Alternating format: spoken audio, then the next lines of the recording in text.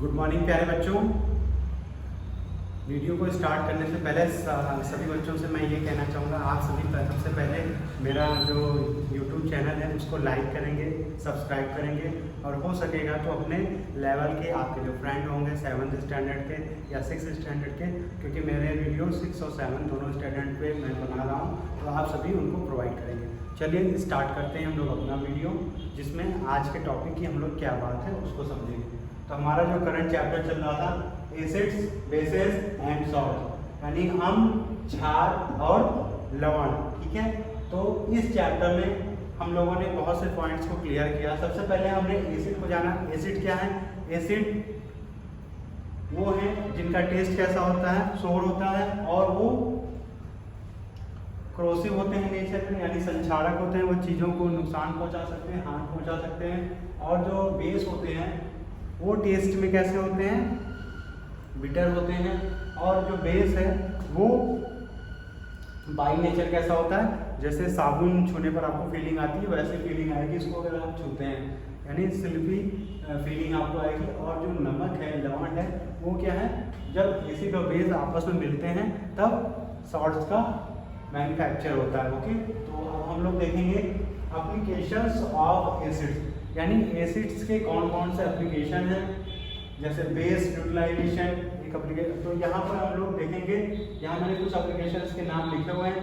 सबसे पहले है सॉइल टेस्टिंग, फिर acidity, stomach, antidotes for sting, toothpaste are alkaline, acid burns, treatment of soil waste. ठीक है, तो इतनी बातें आपके एप्लीकेशंस ऑफ एसिड्स में बताई गई हैं। तो प्यारे बच्चों, यहाँ पर हम लोग इसको समझेंगे।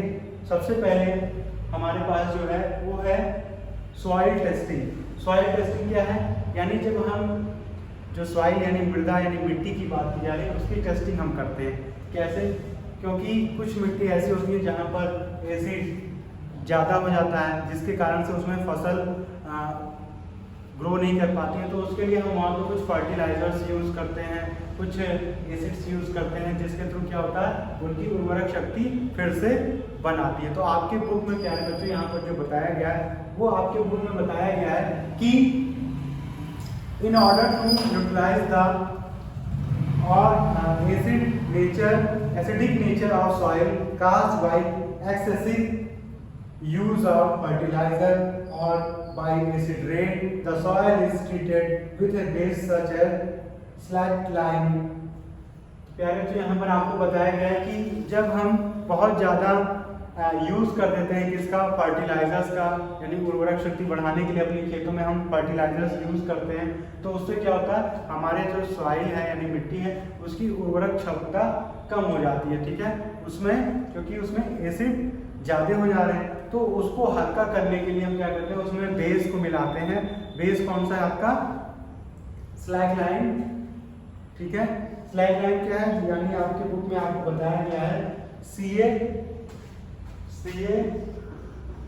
और OH का होल्ड प्राइस। ठीक है, स्लैकलाइन, ये आपको बताया गया है कि इसको हम मिला देते हैं तो उससे क्या होता है, हमारे खेत की जो उर्वरक शक्ति है वो फिर से ठीक हो जाती है। ठीक है, और ये एसिडिटी को कम करता है। ठीक है, जो हमारी सॉइल है उसमें जो अम्ल की अधिकता अधिक हो गई है उसको ये घटा देता है। ठीक है, न्यूट्रल कर देता है, क्योंकि आपको पहले ही पता है जब एसिड और बेस आपस में मिलते हैं तो वो सॉल्ट और वाटर में डिजॉल्व हो जाते हैं। ठीक है, तो ब्रेक हो जाते हैं, सॉरी डिजॉल्व नहीं, ब्रेक हो जाते हैं। तो यहाँ पर नेक्स्ट बात बच्चों बताई गई, if the soil turns alkaline, अगर सॉइल अल्कलाइन हो गई है यानी मिट्टी में अगर बेस की अधिकता हो गई है तो हम क्या करते हैं, तो organic matter is added to the soil, तब हम ऑर्गेनिक यानी कार्बनिक पदार्थों को उसमें अप्लाई करते हैं, उसमें ऐड करते हैं, जैसे जिससे क्या होता है, आपका soil which release acids by the action of microbes, यानी वो जो ऑर्गेनिक है वहाँ पर हम माइक्रोबीज को अप्लाई करते हैं, ऐड करते हैं, जो हमारे सॉइल को फिर से अगर अम्ल उसमें अधिक हो गया है या बेस अधिक हो गया है तो उन दोनों की बात की गई है। जब अम्ल अधिक हो गया हो तो CaOH का होल ट्वाइस यानी स्लैक लाइन वहाँ पर हम मिलाते हैं, और अगर बेस अधिक हो गया हो तो वहाँ पर हम क्या मिलाते हैं, तो वहाँ पर हम माइक्रोबीज जो ऑर्गेनिक मैटर है उनको मिलाते हैं, ठीक है। और नेक्स्ट है बच्चों एसिडिटी स्टमक। स्टमक से आप परिचित हैं, आपने सेकेंड चैप्टर में स्टमक के बारे में पढ़ा था कि हमारे बॉडी में जो स्टमक है उसमें क्या रिलीज होता है, HCl एसिड रिलीज होता है, ठीक है। तो कभी कभी उसका एक्सेसिव रिलीज हो जाता है, अधिक मात्रा में रिलीज हो जाता है तो वो हमें पेन देता है, ठीक है। तो हमारे शरीर में दर्द होने लगता है। तो उस दर्द से हम कैसे निजात पाते हैं, अगर आप डॉक्टर से एडवाइस लेते हैं या तो क्या होता है, आप उसमें पानी पी लेते हैं, पानी पी लेने से क्या होता है, एसिड थोड़ा हल्का हो जाता है, या फिर हम कुछ बेस लेंगे जो बेस क्या करेगा, स्टमक में पहुंच के कुछ उस HCl को न्यूट्रलाइज कर देगा। तो बेस की जो बात की गई वहां पर हम कौन सा बेस लेते हैं प्यारे बच्चों, वहां पर हम लेते हैं, जैसे आपकी बुक में बताया गया है, स्ट्रॉन्ग हाइड्रोक्लोरिक एसिड प्रोड्यूस होता है हमारे स्टमक में, ओके। तो कुछ समय बाद क्या होता है, too much acids in the stomach causes sharp pain and the doctor advise antacid to neutralize the extra acid drinking plain water. आपको साधारण पानी को पीना है और give some relief at the stomach acid is diluted, ठीक है। तो वहाँ पे क्या होगा, जब हम प्लेन वाटर को पीते हैं तो हमारे शरीर में जो HCl है वो उसको क्या करता है, डाइल्यूट कर देता है, यानी उसको पतला कर देता है, ठीक है। जब पतला कर देगा तो हमें हमारा पेन धीरे धीरे कम हो जाएगा, ओके। तो इतनी बातें ये बताई गई हैं प्यारे बच्चों। फिर है नेक्स्ट है आपके इनसाइड के नीचे येलो बॉक्स में भी प्यारे बच्चों आपको बताया गया है एंटासिड। एंटासिड में क्या है, these are available as tablets or gels containing magnesium hydroxide or aluminum hydroxide to neutralize, यानी मैग्नीशियम हाइड्रोक्साइड और आपका जो है एल्युमिनियम हाइड्रोक्साइड, आपने इनके बारे में पीछे भी पढ़ा था। मैग्नीशियम हाइड्रोक्साइड यानी Mg, मैग्नीशियम हाइड्रोक्साइड आपका है MgOH का होल ट्वाइस, ठीक है। मैग्नीशियम हाइड्रोक्साइड और एल्युमिनियम हाइड्रोक्साइड। एल्युमिनियम हाइड्रोक्साइड क्या है, एल्युमिनियम हाइड्रोक्साइड है AlOH का होल ट्वाइस। तो ये दोनों हम एज ए बेस के रूप में स्टमक के पेन में यूज करते हैं, ओके। अब हमारे पास प्यारे बच्चों नेक्स्ट टॉपिक है एंटीडोट्स फॉर स्टिंग्स, यानी जब हमें कोई कीड़ा कोई इंसेक्ट्स काट लेता है तो हमारे शरीर में क्या होता है, तेजी से पेन होने लगता है, यानी स्टिंग यानी डंक की बात की गई। जब कोई हमको काट लेता है तो अपना डंक लगा देता है, तो उस पर हम कौन सा एंटीडोट्स यूज करते हैं जो हमें रिलीफ करता है, हमारे पेन को कम करता है। तो प्यारे बच्चों यहाँ पर जो आपके बुक में बताया गया है, the sting of a bee, यानी जो बी है मधुमक्खी होती है या जो बर्रे होते हैं, वो जब हमें काट लेते हैं वो कौन सा एसिड रिलीज करते हैं, वो फॉर्मिक एसिड रिलीज करते हैं, ठीक है। तो फॉर्मिक एसिड हमारे जो चींटी होती है, लाल वाली चींटी, उसमें भी फॉर्मिक एसिड पाया जाता है। जब वो हमें काट लेती है तो वहाँ पे जलन होती है और सूजन आ जाती है ना, तो उसको उसके पेन को कम करने के लिए हम क्या करते हैं, आपकी बुक में बताया गया है प्यारे बच्चों, the sting of a bee और an ant is painful as it contains formic acid. It can be suited by using a paste of baking soda. तो वहां पर हम क्या करते हैं, बेकिंग सोडा का यूज करते हैं। बेकिंग सोडा यानी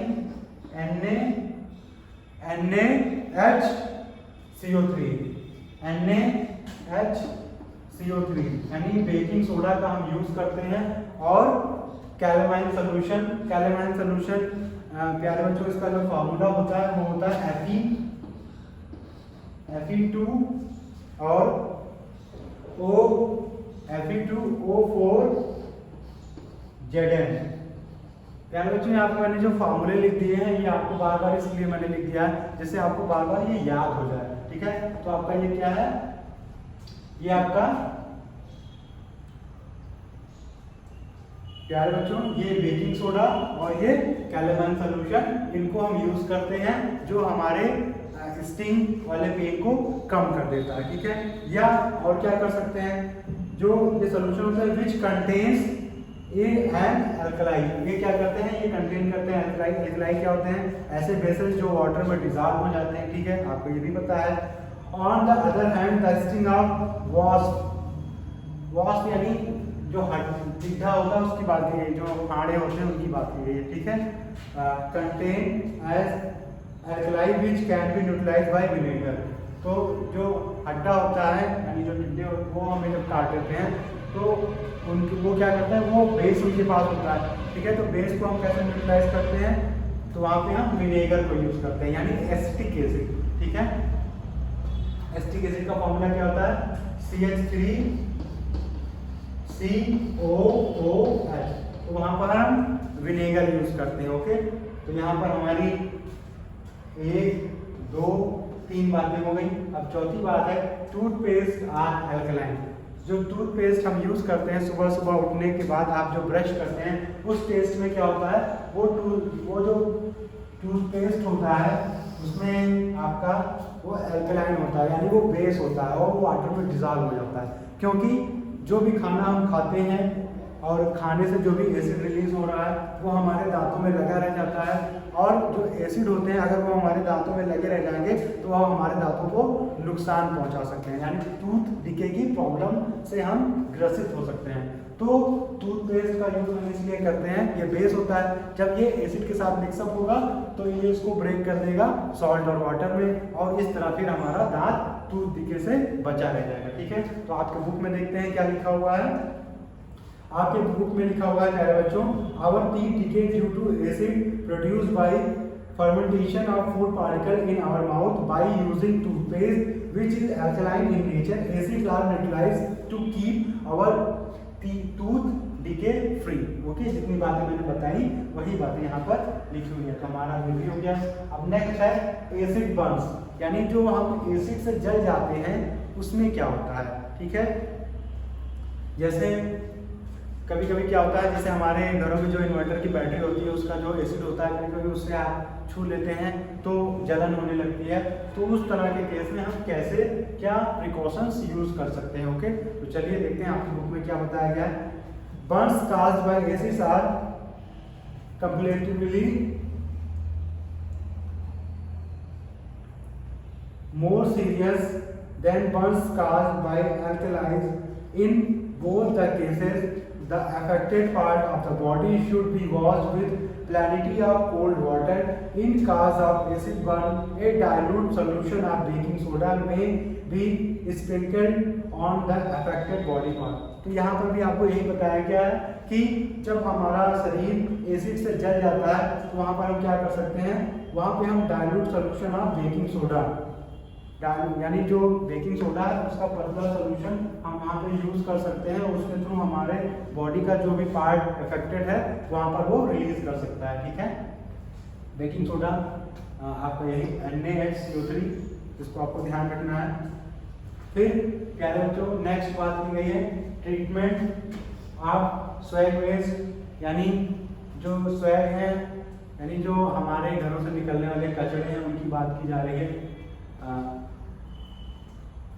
तो industrial waste products contain dangerous chemical like acids, यानी जो इंडस्ट्रीज हैं उनसे निकलने वाले जो वेस्ट होते हैं वो क्या करते हैं, वो डायरेक्ट ऐसे नदियों में, तालाबों में, पोखरों में छोड़ दिए जाते हैं जो उसको दूषित कर सकते हैं। और जो सी का या वाटर, जो वो वाटर है आपका सी का, तो रिवर का और पॉन्ड्स का, वो वहाँ की जो एक्वेटिक लाइफ है वो उसको क्या कर सकता है, हार्म पहुँचा सकता है।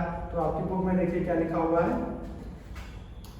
If they reach water bodies they may affect aquatic life, a large number of fish, cattle and other organisms may be killed. Therefore, the swag wasted from factories are treated with base to neutralize it and make it harmful. तो यानी जो हमारे factory से निकलने वाले जो कचरे हैं उनको हमें क्या करना चाहिए, उनका हमें ट्रीटमेंट करना चाहिए, यानी उनमें बेस मिला देना चाहिए। बेस मिलाने के बाद वो ब्रेक हो जाएंगे वाटर में और सॉल्ट में, फिर वो जो वाटर बॉडीज़ हैं उनको डिस्टर्ब नहीं करेंगे। ठीक है, तो ये भी बात हमने समझ ली। अब नेक्स्ट बात है हमारे पास है साल्ट्स। साल्ट्स यानी नमक, नमक की बात की जा रही है। तो आपको पहले ही पता है NaCl यानी कैल्शियम हाइड्रोक्साइड, ठीक है, सोडियम हाइड्रोक्साइड, इसकी बात की गई है। हमारे घरों में जो पाया जाता है वो साधारण नमक यही होता है NaCl, इसको आप घरों में खाने में यूज़ करते हैं। प्यारे बच्चों, यहाँ पर जो सॉल्ट है इसमें हम कैसे पहचानेंगे कि ये एसिड और बेस का ब्रेक होकर ये आया हुआ है। तो यहाँ पर जो NaCl है, जब NaCl को हम अलग अलग देखेंगे तो यहाँ पर Na प्लस Cl, ठीक है। तो यहाँ पर जो Na वाला पार्ट है यानी आपका सोडियम है, ये दो पार्ट में ब्रेक हो रहा है। कौन कौन सा? एक पार्ट यहाँ पर है मेटल, एक पार्ट है नॉन मेटल, ठीक है। तो यहाँ पे जो सोडियम है वो आपका मेटल है यानी धातु है, और ये क्या है, ये नॉन मेटल है, ठीक है, ये नॉन मेटल है। ओके, तो Cl नॉन मेटल है। तो जो मेटल पार्ट है वो हमें क्या रिप्रेजेंट कर रहा है, मेटल पार्ट हमें रिप्रेजेंट कर रहा है कि वो कहाँ से आया है, वो आपका the name of the salt is dive from the name of the metal contributed by the base, ठीक है। तो यहाँ पे जो मेटल पार्ट है वो बेस को रिप्रेजेंट करता है और नॉन मेटल पार्ट आपका एसिड को रिप्रेजेंट करता है, ठीक है। तो सॉल्ट में प्यारे बच्चों इतनी बातें ही बताई गई हैं, जैसे कि स्टार्टिंग में आपके बुक में लिखा हुआ है, we know that during a neutralization reaction acid and bases react to from salt and water. The most common salt known to us is sodium chloride or common salt. Every salt has a metal part and non-metal part. For example, in the salt sodium chloride, sodium is the metal part and chloride is non-metal part. The name of the salt is derived from the name of the metal contributed by the base.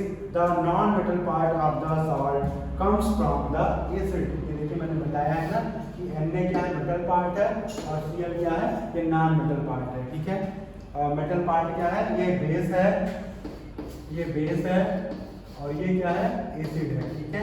तो इस बात को हमें ध्यान रखना है, आपसे कोई पूछे तो आप बता दीजिएगा। ओके, अब हमारे पास जो नेक्स्ट टॉपिक आता है वो हाइड्रेटेड सॉल्ट आता है। तो हाइड्रेटेड सॉल्ट क्या होता है, कुछ सॉल्ट ऐसे होते हैं जो क्रिस्टल के फॉर्म में होते हैं, उनकी बात की जा रही है। तो द क्रिस्टल्स कैसे होते हैं देखने में हमारे, अगर आप इसका स्ट्रक्चर बनाते हैं तो क्रिस्टल हमें एकदम स्पष्ट ऐसे दिखाई पड़ते हैं ना, ये होते हैं क्रिस्टल। ओके, तो ऐसा जो दिखाई पड़े हमें, यानी जो 3D जिसका जो दिखाई पड़े क्रिस्टल, उनकी बात की जा रही है। तो the crystals of some salts have a fixed number of water molecule, यानी जो क्रिस्टल सॉल्ट होते हैं उनमें फिक्स्ड, यानी उनमें जो वाटर है यानी पानी H2O है उसका फिक्स्ड रेशियो होता है, ठीक है। इसमें फिक्स्ड रेशियो होता है और specific to a particular salt loosely associated with them. Such water molecules are known as water of crystallization. तो कुछ जो salts होते हैं उनको हम कहते हैं एज ए वाटर के क्रिस्टलाइजेशन, उनको हम बताते हैं, ठीक है। These water molecules give shape and color to the crystal. और जो ये वाटर मॉलिक्यूल्स होते हैं ये हमारे क्रिस्टल को क्या करते हैं, शेप और कलर प्रोवाइड कराते हैं, ठीक है। तो ये हो गया। नेक्स्ट बात आपको प्यारे बच्चों आपके बुक में जो बताई गई है, such salts are called hydrated salt. तो इस तरह के जो सॉल्ट्स होते हैं उनमें कुछ होते हैं हाइड्रेटेड सॉल्ट और कुछ होते हैं एनहाइड्रस सॉल्ट। तो एनहाइड्रस सॉल्ट क्या कैसे सॉल्ट्स होते हैं, जो जिनमें वाटर जब उनसे रिमूव हो जाते हैं तो अपना कलर और शेप रिमूव कर देते हैं, ठीक है, वो पाउडरी फॉर्म में आ जाती है, तो उनको हम एनहाइड्रस सॉल्ट्स कहते हैं। ओके, तो प्यारे बच्चों यहाँ पर इतनी बातें आपको बताई गई हैं। प्यारे बच्चों हमारा जो वीडियो है वो काफ़ी बड़ा हो रहा है, एक और जल्दी से हम लोग एक और पार्ट को देख लेते हैं। यहाँ पर कॉमन नेम, सॉरी वीडियो बड़ा हो गया है, अभी तक हम लोग इसमें इतनी बातें रखेंगे, बाकी बातें हम लोग नेक्स्ट वीडियो में रखेंगे। तो प्यारे बच्चों, आप सभी से मैं एक बार फिर कहूँगा, आप सभी मेरे चैनल को लाइक करेंगे, सब्सक्राइब करेंगे और अपने स्टैंडर्ड वाले बच्चों तक शेयर भी करेंगे, ठीक है। तो आज के लिए इतना ही। Thank you, have a nice and colourful day प्यारे बच्चों।